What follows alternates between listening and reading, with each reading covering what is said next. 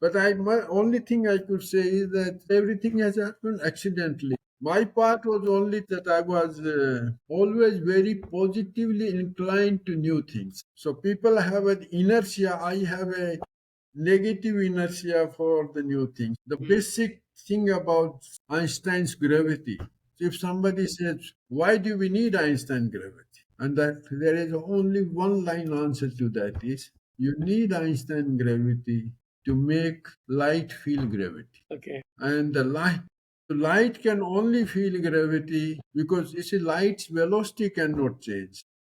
Yeah, yeah. Hence, when you put a force on this, the force accelerates the body. But light cannot be accelerated because velocity is same. Still, it must feel gravity. The only way it can feel is that the space must curve. So it is that sort of a thing which really visualization or conceptualization. That's where you can ask some crazy questions and sometimes they give you some very exciting insight. Whatever is explanation given in textbook, if you are happy with that, then I would say that you don't have that bug of doing research. If you say, no, I am not happy, if you can think about, I can understand this thing in my own way, then you say research career could be yours. Could be. Hello, everyone, and welcome to Intellectual Rigor. Today, we have a truly special conversation. It's a story guided by what our guest calls negative inertia for new ideas. It's about asking the crazy questions that lead to exciting insights, and it's about possessing a mind that is fundamentally unhappy with the textbook answer. A mind that must, in its own way, understand why space itself must curve. These are the guiding principles of Professor Naresh Dadhich, a renowned theoretical physicist and one of the key architects behind India's prestigious Inter-University Center for Astronomy and Astrophysics, also known as IUCAA. He is a leading voice in classical and quantum gravity and relativistic astrophysics, with over 100 scientific papers to his name. After 17 years at Pune University, he helped build IUCAA from its inception and later served as its director from 2003 to 2009. His journey, which he calls a realization of a mirage, takes us from a small village in rural Rajasthan with no schools to the absolute forefront of cosmology. It's a profound story of curiosity, serendipity, and what it truly means to have the bug for research. I'm thrilled to share this inspiring conversation with you. Let's dive in. Good evening, Professor Dadich. It is an immense honor and a true privilege to have you with us on Intellectual Rigor. Your life's work has been an inspiration to so many. Thank you so much that you find my journey worthwhile to transmit to the young people. I greatly appreciate your kindness. Sir, it's our privilege, and I'm sure many students who would watch this interview would be inspired from your life journey. Give us some idea about your early childhood. Like, I understand that you were born in rural Rajasthan. Yes. In 1940s. It's before independence. So tell us about your childhood, your early exposure, your early schooling. So you see the I I grew up in a very small village in Churu district of Rajasthan, and Churu is about 250 kilometers southwest of Delhi, and about the same distance from Jaipur. And it's actually between Delhi and Bikaner. So this is a village where there was no school in the village. So it was initially the school was about 3 4 miles away. So about a dozen of us from my village used to go together and come back in the evening. When I was in fourth standard, rudimentary hostel started where we used to take the floor from the home, and there was one cook who will cook that thing, and that's how my journey started. From the age of 10, I have lived all through on in the hostels, and I really enjoyed it, and I find that staying in a hostel, the kind of independence it gives you, It's a Hmm. great learning experience. Everybody should stay in hostel Hmm.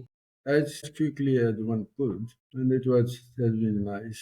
So then there was this school in that town village, which was big, little bigger village called Dudwakhara. Hmm. My own village name is Sarsali. Hmm.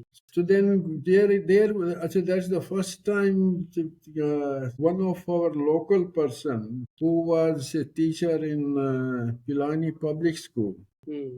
who came as the headmaster, Hmm. and he brought with him this whole modern way of things there that we all were divided into the four groups, Hmm. and each one was given a display board in Okay. which one should every week or every 2 weeks put something interesting which you have read, or some make your own poem or things. So and then we had a used to have a drama and music and that sort of things. This was also something very new, and it was very participating. So it was Hmm. lovely. And then another teacher, local person, who came as a science teacher, because that till then there was no science in this. Okay. Now, this man played a very important role in my life, because it's the first time Hmm. he made you think things the, Yeah. that you should ask the question about why, and what, and how things happen. I Hmm. think that Hmm. was an sort of igniting the new way of thinking. Hmm. And I'm Hmm. really very grateful to him. He was, of course, a local man. He was a class, a friend of my brother, and it is he who gives, and he's still he's in his early 90s or mid 90s. Hmm. And about 2 years back, I had gone and visited him, and it's lovely. I certainly owe a lot to him. He was our hostel warden, and then so we had a one Dalit student with us. We all used to live together fine, but Hmm. he was to be served food by somebody else. Hmm. And then he said, "No, that won't do." That Okay. should be.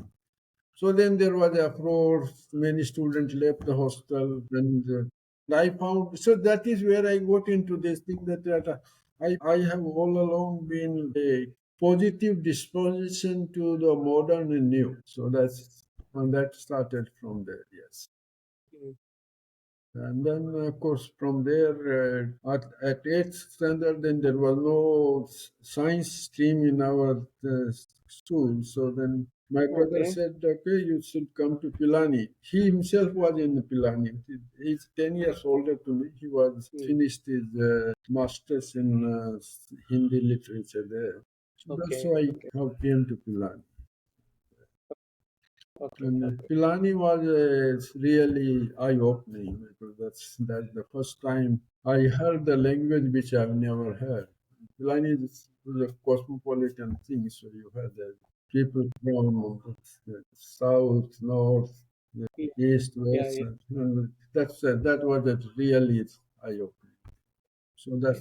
that was Okay. Sir, during your schooling, early grades or later grades like grade 10, 11, 12, what were your interests at that time? Like, were you interested in science, or at that time your interest was some other subject or some other areas? well, I mean, the first thing which this school teacher who sort of excited us to ask Hmm. questions and try to seek Hmm. answer. There are things don't happen by Hmm. themselves. There are reasons behind it, so that you should ask a question why things happen.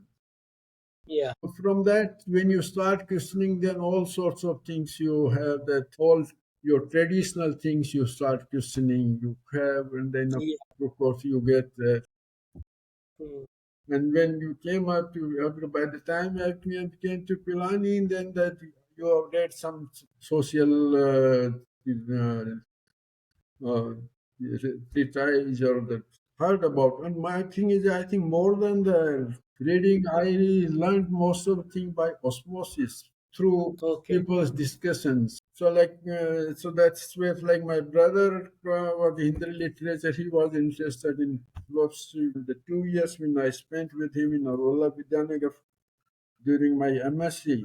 So that's where the existential philosophy or the philosophy in general or Hindi literature, I really absorbed through the discussions I had. Okay. So Okay. Okay. that has been, yeah. Okay. So, sir, when you were in grade 11, 12, Yeah. like choosing a graduate degree, like what graduate degree one should pursue or what master's degree one should pursue, how did you make that choice? What were the options you had at that time, and what thought process was going on in your mind? So again so I did higher secondary from Hmm. then we call Birla Multipurpose Higher Secondary School in Hmm. Pilani. Hmm. And there Hmm. again, I had a teacher, on Mr. K.C. Saxena. I still remember. Okay. Uh, Okay. he is the man who excited me. So that's how the first excitement about the physics. Okay. So he was a physics teacher. He was a physics teacher. Okay. Okay. So Okay. actually, that's how I got Hmm. interested in physics. So everybody wanted to go to engineering. In the Pilani, it's a school. If you had a first class, you got the admission in the Birla Engineering College. At that time, so Yes. this is all before BITS. There were three colleges: engineering, science, and arts. Hmm. So I didn't get a first class, so I went to the science. Okay. And Okay. by nature, I was quite happy with this, but my people at home were not very happy. They wanted me to be an engineer. Okay. Then again, something else happened that my brother saw an advertisement by the Rajasthan government, National Integration Scholarship, that anybody from the Hindi speaking, if you go to a non Hindi speaking state, Hmm. study Hmm. there, then Hmm. the government will give 100 rupees per month scholarship. So my brother said, why don't you apply for it? So I applied. When this was something September, October around that they said that the result came and you got the fellowship. Now the question was where to go. Hmm. So then I had my classmate, somebody from Hisar, and Hmm. see, Hisar now is in Haryana, but at that time it was all Punjab. So it was Hmm. satisfied the condition of non-Hindi speaking. Hmm. So Hmm. I went to Hisar. So that's how I Hmm. did BSc from Hisar. Okay. Okay. Okay. So after you finished your BSc, what was in your mind? What was Of the course, in BSc, of course, then my interest in physics continued. continued? No, Yeah. that's right. I really wanted to do physics. Physics was fine, but my chemistry and maths were not so good. So Okay. again, I didn't get the admission in the physics. Okay. And so then I came to Vallabhidanagar, where my brother was a professor of Hindi in college. Hmm. And so there I did applied mathematics, which fortunately was essentially a theoretical physics.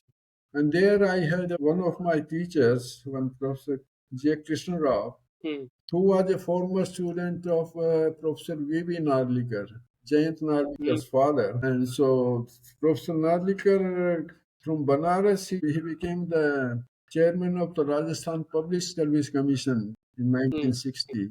Hmm. Hmm. And in 1966, after 6 years of his term, he Hmm. came to Pune as the Tilak Professor of Applied Hmm. Mathematics in Okay. Pune University. So Hmm. my teacher told me that he has gone there. Why don't you go there, do PhD there? That's how I ended up in Pune. Okay. And Professor Narlikar, he had some two, three fellowships with him. So he gave one fellowship to us, and then so I did PhD with him in Pune University. Okay. Okay. Okay. What was the problem that you targeted during your PhD studies? Narlikar was a classical relativist. So Hmm. at that time, he sets problems in general relativity. So one interesting thing, you have the Einstein equation, which we could, in some, say, in a particular case of spherical symmetry, We Hmm. write in terms of the components of the curvature tensor. Then we had a problem about the equation of motion. Hmm. If the mass of the particle is position and velocity dependent, then how do the equation change? So things of this sort, yes. Okay. So during your PhD, you worked with Narlikar sir, father of JV Narlikar. So you stayed there, right? Before you went to IUCAA, you were at the University Yeah, of yeah, Pune. yeah. So after that, yeah, I finished my PhD in 1969. Hmm. In 1971, fortunately, there was a position vacant in the same maths department in Pune University. Hmm. So I joined there as a faculty member in Pune University, 1970. Okay. And 71 to 1988, this Okay. 17 years I was with the Pune. Yeah. Yeah. Tell us about those 17 years. What kind of problems you targeted and what kind of collaboration you had people across, academia. I joined in 71 and he left in 72. Okay.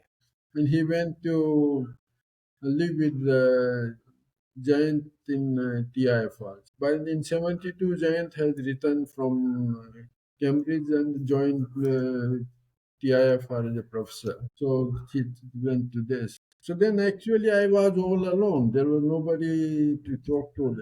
When I was in 1965, a student in Vallabhjanagar, Hmm. at that time, the giant had toured all over the country Okay. Uh-huh. because he came with a bang with his whole Narlikar theory, and everybody was so excited. So he was in a Bharat Darshan tour, and everywhere he was giving lectures. So in December '65, I was in Ahmedabad. Okay. Okay. So Atira Auditorium. So three of us have gone to attend that lecture from Okay. Vidyanagar to Ahmedabad. Of course, at Hmm. that time we understood nothing what he was saying. But everybody who came here, they actually came to see him as a celebrity rather than understand me. At that time, little did we know either of us that we will have a lot to do together later on. That was so wonderful. So when we were PhD student, yes, we met Giant.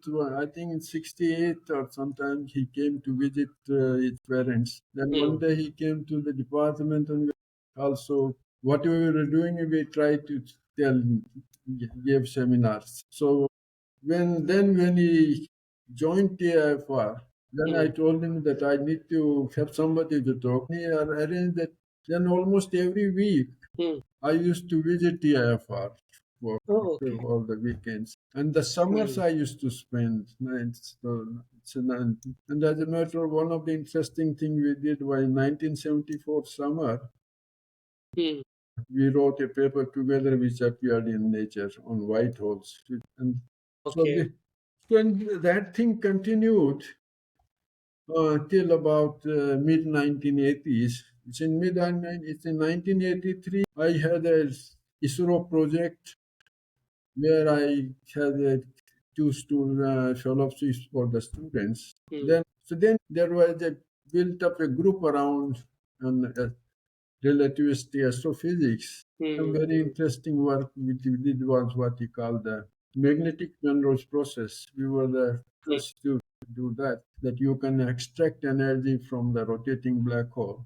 Hmm. But then soon it was realized that this process is very nice and very novel, Hmm. very geometric in its foundation, but it's not very efficient because the energy efficiency is very low. So it cannot be astrophysically applicable. So at the time in the you see that quasi-stellar objects where the powerhouses where the energy coming out is 10 10 to orders of magnitude higher than a stellar object, Hmm. and one did not know where from such energy come. So Hmm. initially, they thought that yes, this Penrose process may be the one of such thing, but then it was shown that it's not very efficient, cannot be done. Then there was next in 1977, Blenthorn and Janaik.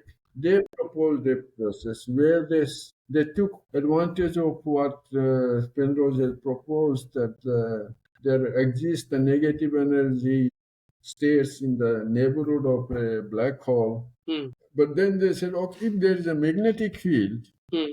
then the process can become very efficient. Okay. And by that the magnetic field produces a potential difference between the equator and the pole, and as it Hmm. discharges, it gives out energy. But in 1985, with my students, we have considered the original Penrose process in the presence of magnetic field. Okay. We saw that it is very efficient and efficiency could be 100%. So that is what we had sought. Title was the revival of Penrose process for astrophysical applications in present Hmm. magnetic fields. Hmm. Hmm. But then this was is a demonstration in principle. Second thing, what is required was the computing power. This was Hmm. theoretically you can't do anything more. And at Hmm. that time there was no such computing power. So now in the 2000 later on, actually in 2010, Rameswar and others did this, Hmm. defined this. Well, I'm very Yeah. happy that we are first to predict that the efficiency could be greater than 100%, Hmm. and which was actually realized in the fully relativistic hydrodynamical simulations. But the two processes, Lanford-Janaik and the magnetic Penrose process, are very similar.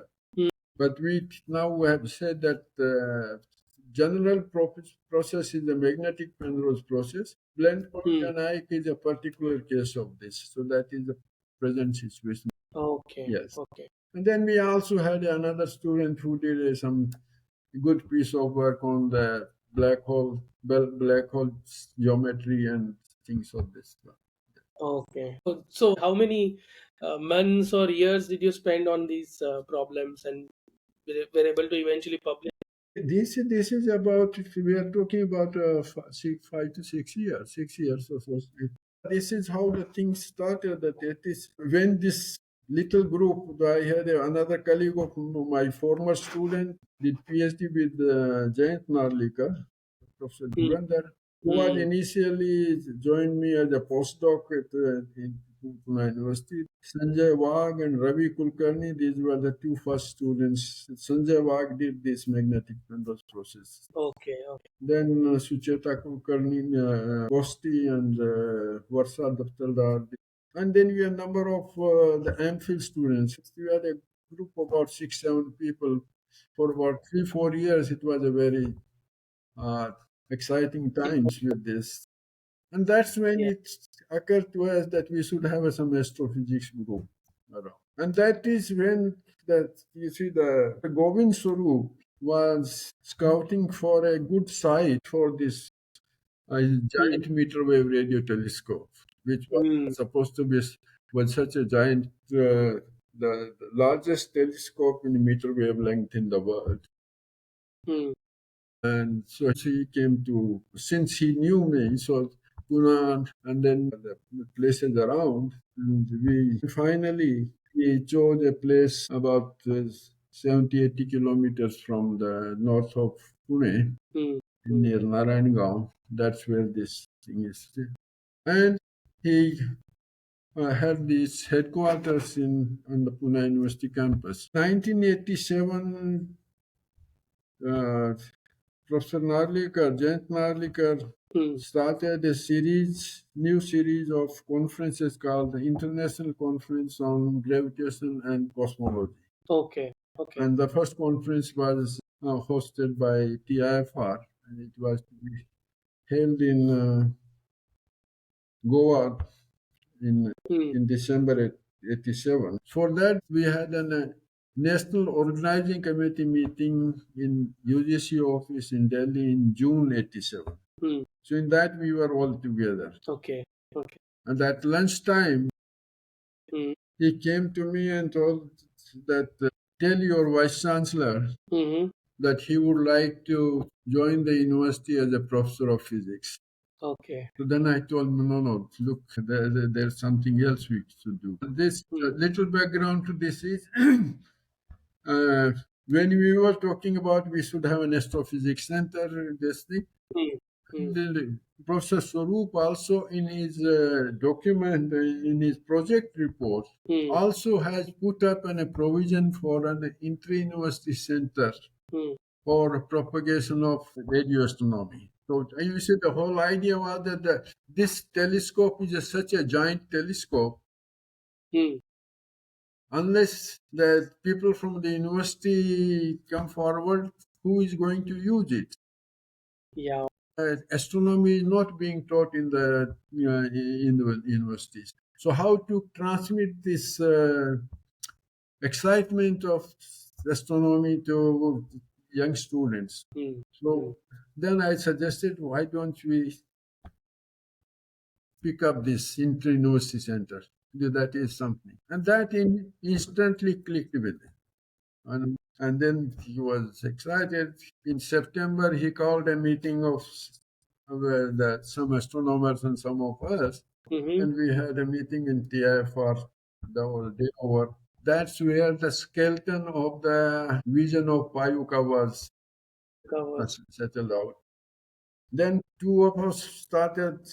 So January 88, the Science Congress was held in Pune University. Okay. So the Rajiv Gandhi came to inaugurate it. And before that, Professor Narlikar managed to send a note to Rajiv Gandhi through Okay. Manishankar Iyer Hmm.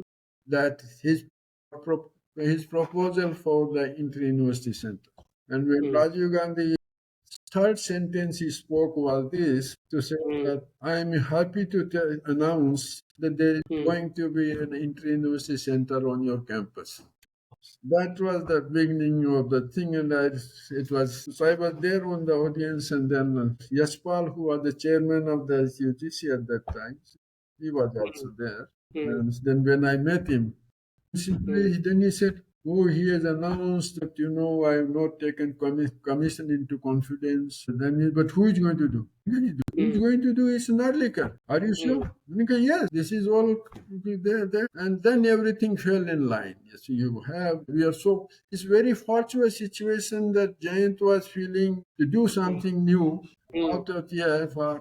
And here was just the opportunity you had. They had and the Yashpal, another good friend and a man with a vision, happened to Hmm. be the chairman of the University Grants Commission. So all these Hmm. things very fortunate circumstances. So then on 10th February 1988, Hmm. I was drafted as a project coordinator Hmm. Yeah. to prepare the project report with so the two of us. So then, of course, immediately that Ajit Kembabi also joined us. Hmm. Three of us really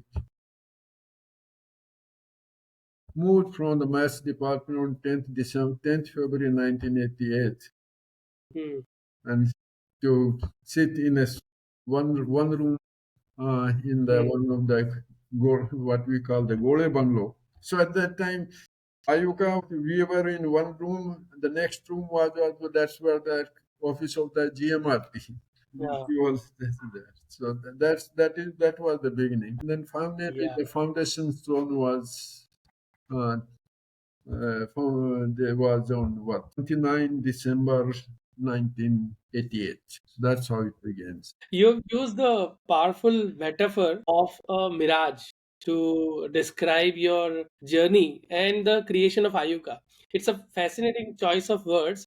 Could you elaborate on what that metaphor means to you, both personally and perhaps even scientifically? Well, the mirage in this sense. So, firstly, I come from desert. Yeah.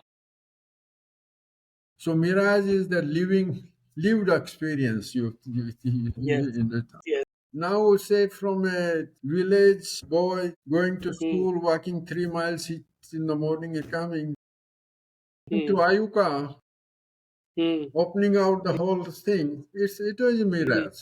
Hmm. And it Hmm. is really the realization of mirage. So So it is in that sense that you have.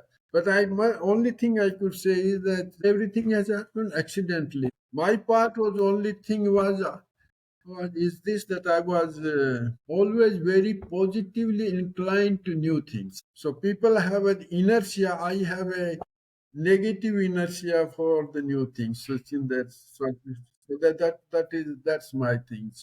So starting everything with a very positive stance, and also uh, executioner, I would say, like you would like to execute rather than overthink about things, I guess. Sir, in 2003, you became the director of IUCAA, succeeding its founding director. Yes. What was it like to step into that leadership role at an institution you had helped create from scratch? What did you see as the primary challenges and opportunities for IUCAA at that time? Yeah, there were both. Well, but firstly, it was very challenging to fill in the to step into the shoes of the giant, Hmm. and that's what I think somewhere I said this that I'm looking for the sleepers rather than the shoes. So that's one thing, and but on the other hand, you see, the whole concept, institution, whole concept was a shared dream, Hmm. which Yeah. is was Yeah. shared vision. So Hmm. that way, it was nothing new. Everything was all fine, and everything has been put in a right thing. So, as a matter of fact, it is to his vision, and of course, we all equally participated in it. That first thing and foremost is that is the institute where the university people should feel at home. Hmm. It is their institute, it is their common facility. So the Hmm. whole emphasis was on this, that there shouldn't be anything by which they feel little uncomfortable. They should always feel most welcome. So if you see whole our structure, the infrastructure and the staff, unfortunately, since we were growing, everybody grew with us. Hmm. So we set up the tone so that all. So now the people whom we were first recruited, now they are retiring. So at the moment now that there is new crop coming. Other Hmm. good part was that the governance was democratic and participative. Hmm. Everybody was involved. Yeah. Professor Narlikar's one thing I would say, Hmm. got the best out of you, Hmm. but by involving you extensively. So even you see, when I in initial that when we were only two of us were talking about, even there is a Hmm. little thing, if Hmm. something occurs to me, he immediately call me and they say, Hmm. well, Naresh, should we do this? Hmm. And if you look at it, there was no question, there was nothing to be said. He said yes. Hmm. But you see, that is his way of involving you, that you are, he takes Hmm. you that, yeah, you are not part. So that Hmm. is the same mantra we kept to say that the entire staff, faculty as well as try to involve. So everybody was given a responsibility, and that then you are given, you take care of it. No Hmm. question, no, no, yeah. So I think we are very happy to say that we have created a structure which is very novel and very unique Yes. in Absolutely. in a very and very friendly. So my job here was Hmm. to continue with this. The momentum. All what I would say is that I try to make it even little more democratic and open. Hmm. So my dictum was this, that I will never use my discretion unless you really force me to. Hmm. So that whatever the decision, we all decisions collectively, we have our academic program committee, everybody participate, all the faculty members are the members of it, and that's what we do. And that we stuck to this, and so I'm very happy, and the people that things moved very smoothly, and people are much good. And by the time you see, we all have matured. So 15 years of Giants leadership, and then so I had a very good and positive time. And Harishchandra Institute director. The one Ravi Kulkarni once called me Hmm. that look, Narlikar in his last director's report, annual report, has written that he spent only 25% of his time on administration. Hmm. Hmm. He said, "Is it really true?" So I told him that you see, Narlikar is a very good manager of his time. So what he Hmm. said is should be true. But I can Hmm. further corroborate it to say that Hmm. I don't spend even that much because I said everything. So I don't think I sign more than a dozen papers a day. Hmm.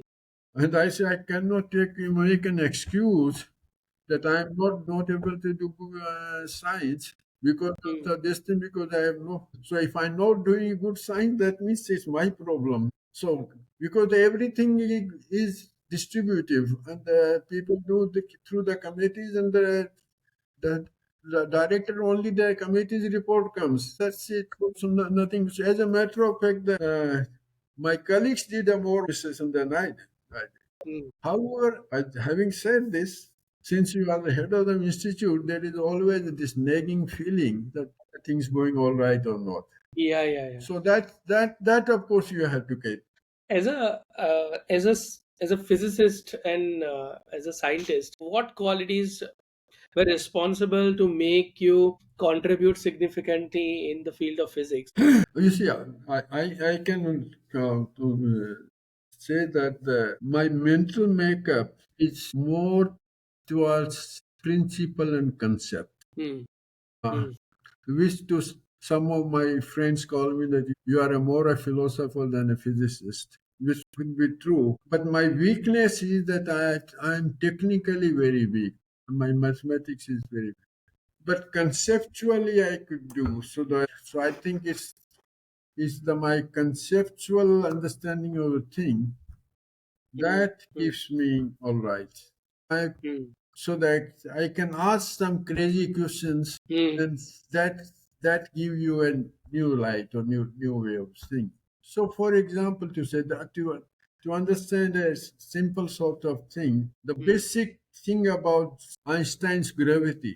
If somebody says, "Why do we need Einstein gravity?" and that there is only one line answer to that is, you need Einstein gravity to make light feel gravity. Okay. And the light can only feel gravity because you see light's velocity cannot change. Yeah. Yeah. Hence, when you put a force on this, the force accelerates the body. But light cannot Hmm. be accelerated because velocity is same. Still, it must Hmm. feel gravity. The only way Hmm. it can feel is that the space must curve. So it is that sort of a thing which with really visualization or conceptualization, I Hmm. think I'm reasonably good. And Yeah. so that's where you can ask some crazy questions and sometimes they give you some very exciting insight. So it's like what Einstein said, right? Imagination is more important than knowledge. No, that's too many times I try to say, let us try to think like Einstein. Then they develop the thing. Yes.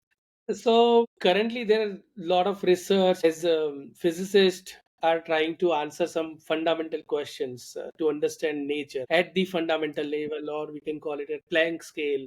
Do you think string theory is the answer to those questions, or do you think loop quantum gravity is the answer to the question, or do you think none of them, or something else would be the answer to those fundamental questions? So let me tell you that I Hmm. don't understand either of them very well. However, I must not say, so let me ask a question other way around. I'm a classical gravitational theorist. Hmm. Now, here when we say that the Einstein gravity is described by the curvature of space-time.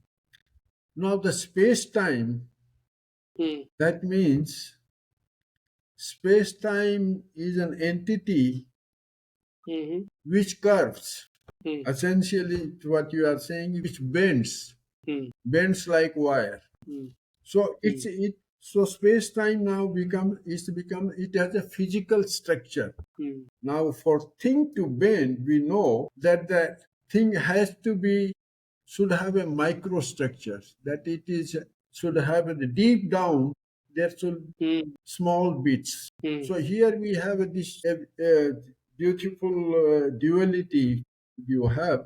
mm, One is the continuum. This is mm, this is what you see, realize or experience a space or anything like a continuum. mm, But this continuum now, yes, but this continuum is actually built at the micro level. Is built by small bits. Small. It has a discrete structure.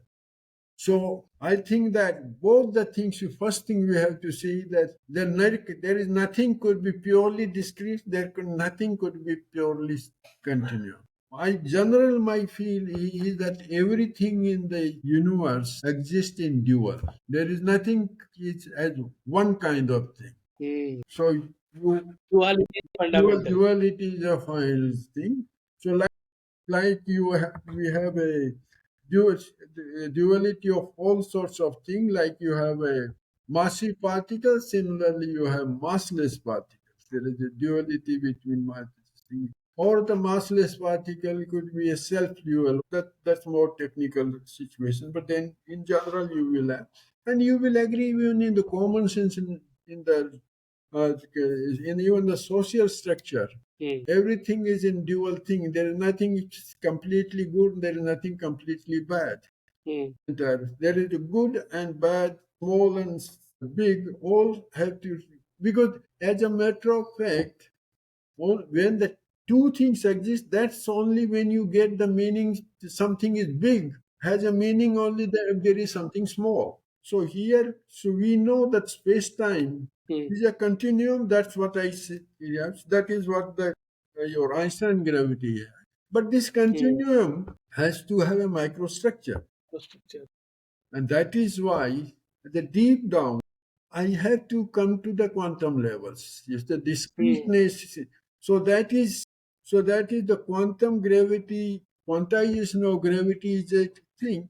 But the problem, it is a very involved problem, is for the simple reason. All other forces, what you have a given background space time mm, in which you have electric mm, force, which you will quantize. Here I don't have that luxury. mm. Space-time, the background itself has to be quantized. Yeah, yeah. So that is a problem. So now for this there are two different approaches. Major, major, yeah. One loop quantum gravity is where they are trying to consider the that microstructure of space-time to be quantum as a discrete. On the other hand, our string theories, they come from the other way around, because they know the matter fields are all Mm, quantized. mm, So they want to start from the matter field structure, mm, and from there, so they try to construct a consistent theory of matter, mm, consistent with the special relativity and the quantum renormalization. And then by the mathematical consistency takes them to the 26th dimension, and then they come to 10 and 11. And that's around 10. They don't know how to come to the four dimensions, because there are no one way. There are five different mm, ways, and there is no way to choose between them. And in this whole structure, they find if they take the weak field limit, mm, mm, then the Einstein gravity comes in mm, as a part. So in some sense, the Einstein gravity is contained in this. Now, both the things that so far as the hard physics rule level is concerned, they have been able to compute the entropy of the black hole and things like this on both sides. Both have been doing this. But at this stage, they both have a roadblocks. mm, So now what they are doing, whatever that we have, let us try to apply it to cosmology. So you have loop quantum cosmology, you have a string cosmology. I do believe so. To me, in the quantum theory, the conceptual level incomplete. mm. Yeah.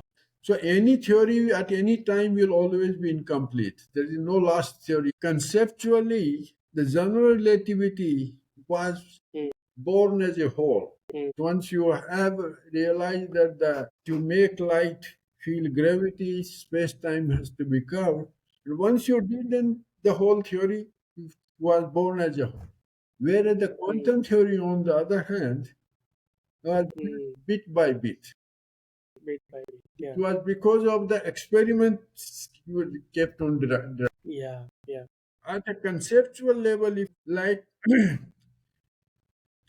anything universal we have, Mm, then I should be able to synthesize all the universal things together. mm, So you start with the universal velocity. mm, Then you synthesize, and then that universal velocity becomes a part of the space-time structure because it binds the space and time together.